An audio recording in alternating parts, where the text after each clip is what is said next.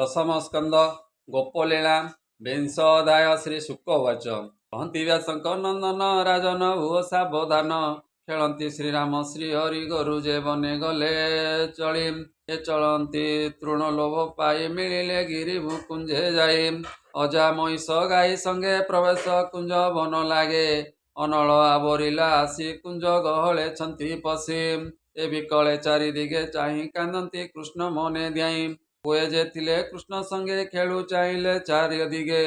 विकले खेद मन होई लड़ती बने बने जाई गुरुको खोज अनुसरी डाकती गाई नाम धरी गाईको न देखी विकल पछे गोड़ाती हलधर बाट न पाई कुंज बने पुए कांदती दुख मने कृषित होई बाहुड़िले कृष्णर निकटे मिलिले ए पुअंक दुख देखी हरि वृक्षे उठिले दैतारी नीलजिमुत देह जली पीत बसन बनमाली मेघ गंभीर रस भरे गोरु डाकती सुसुरे जे जार नाम शुणी कने हुंकार कले तोष मने एमते बढ़िला अनल जे सने प्रलयर काल पवन वेग खरतर प्रचंड धूम महागर अनल देखी गोप बाले कृष्ण को डाकती विकले हे राम कृष्ण आस वेगे अग्नि बेड़िला चारिदिगे आंबे तोहर बंधु जन गोकुल तोहर शरण मुनि कहती शुण राये गोकुले कले हरिदये कहती जे जार मते चक्षु भुज बेनी हस्ते शुणी लोचने कर दे कहती कृष्ण त्राई त्राई गोविंद जोग माया बले अग्नि गिलिले कंठ नाले कोप कुमरे वेगे धाई मिलिले बट मूले जाए ए भांडीर तले चक्षु फेई सबए चारि दिग चाई गुरु जे मिलिले तक्षण रंगे नाचंती नारायण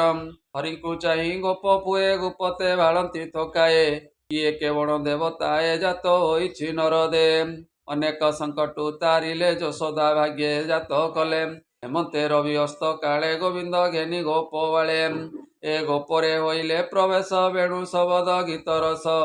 गोपी जे न देखी श्रीपति घड़िके जुग से मणती परमानंद मुख चाहि चिंता छाड़िले तोष होई सुजने हरिपादे चिंती संसारे नुह मूढ़मती संपद स्वप्न पराए चियाई चिंत देवराये हरि चरणे दिय मन जे हरि विपत्ति नाशन